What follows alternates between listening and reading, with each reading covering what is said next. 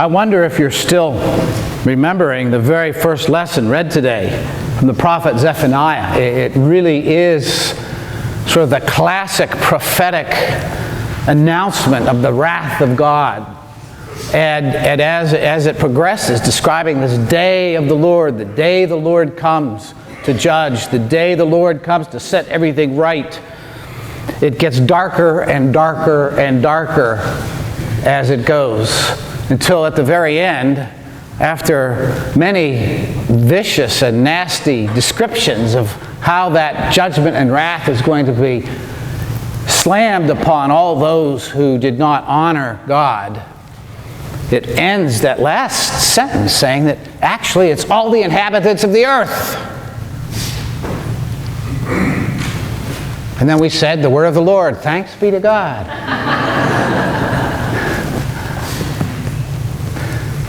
But I really wonder if even that very last sentence is a clue to us that this is not literal, this prophetic language.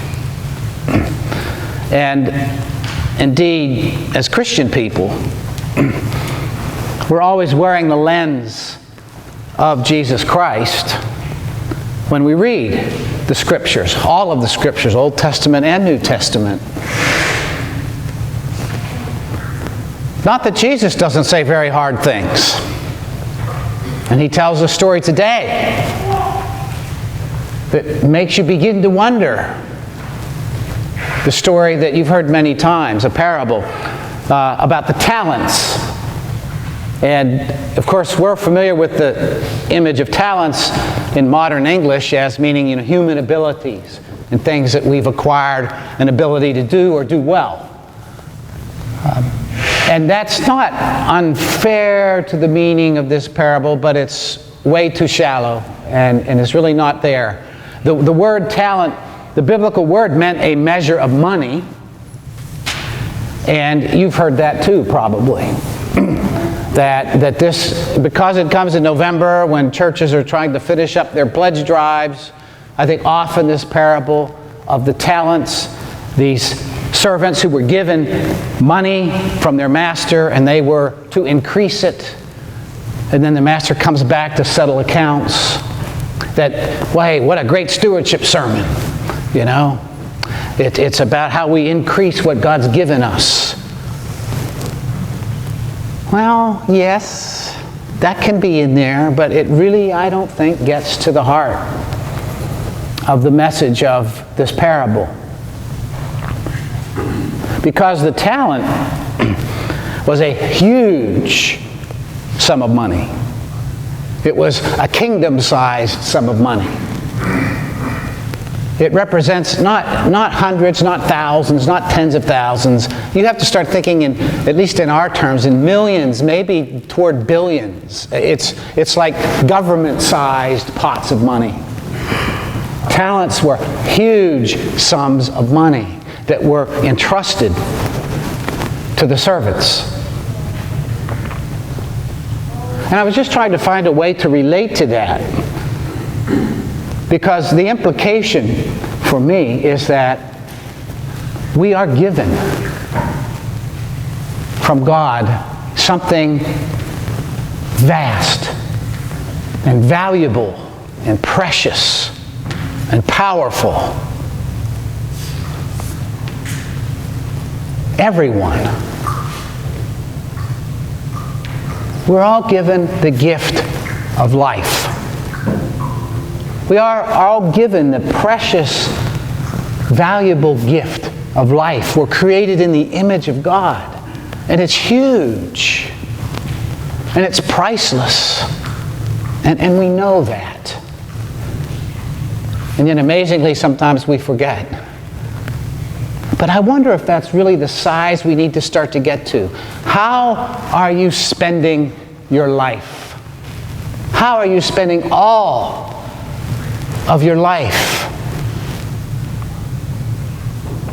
And there's this invitation from Jesus in this parable to see that it really matters,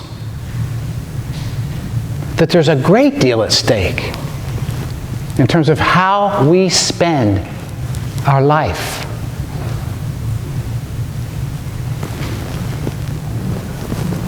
When I was muddling my way through my teenage years and then to college,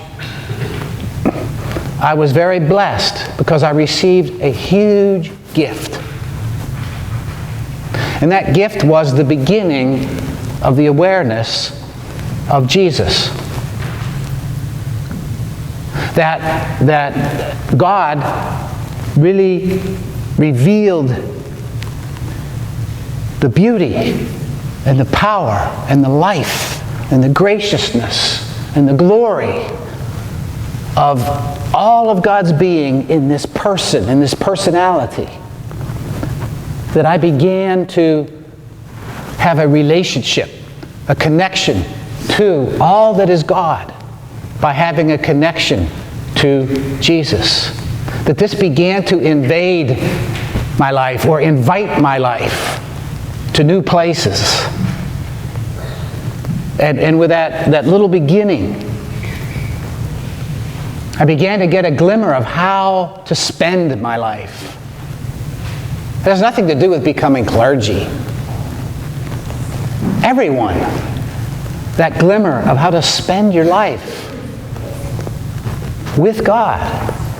Spend your life for God, with God, where you are, with whom you are.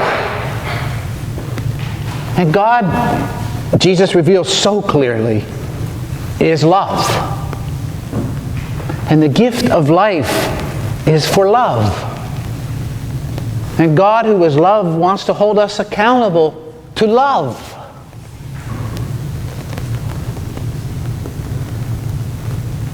And so we're invited to work that out and to spend ourselves to love, to honor God and all that is beautiful and true and gracious in Christ by living with it and letting it work itself out in us. And we fall, but that love is there to lift us up, to meet us again. That love does not let us go. It is so huge and vast, and it keeps drawing us in and inviting us and wanting us and seeking us. And we keep working it out, don't we? I mean, doesn't this make sense? Does this make sense to you?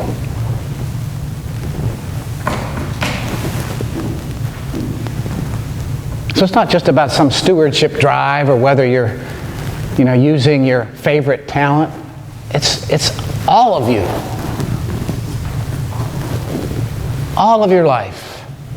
Working out your salvation, as Paul says. Working out this life together with God, that it may grow and increase. And it really matters to God.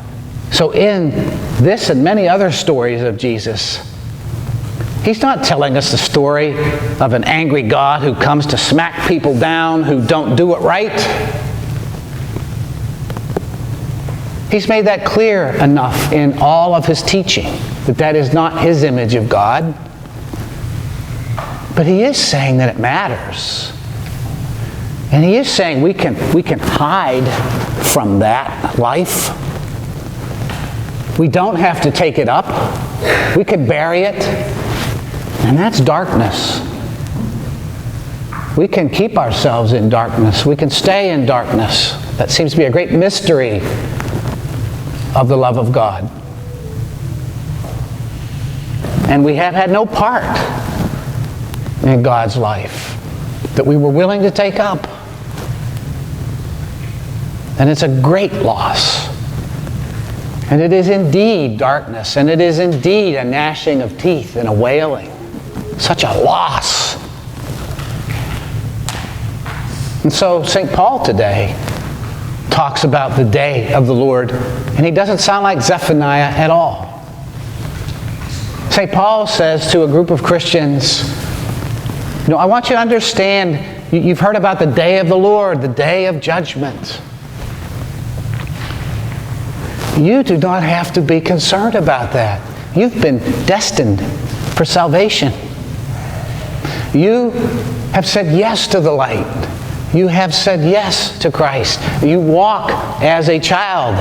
You may have fallen many, many times on your journey. It's not about perfection. It's about yes. Yes to God's life. Remain in that path. Walk in the light. And don't fall back into darkness. Continue in faith, hope, and love, and encourage one another.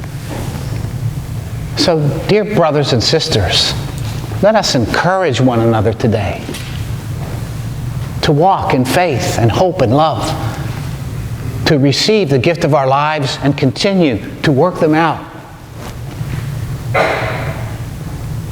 You are destined for salvation. Thanks be to God.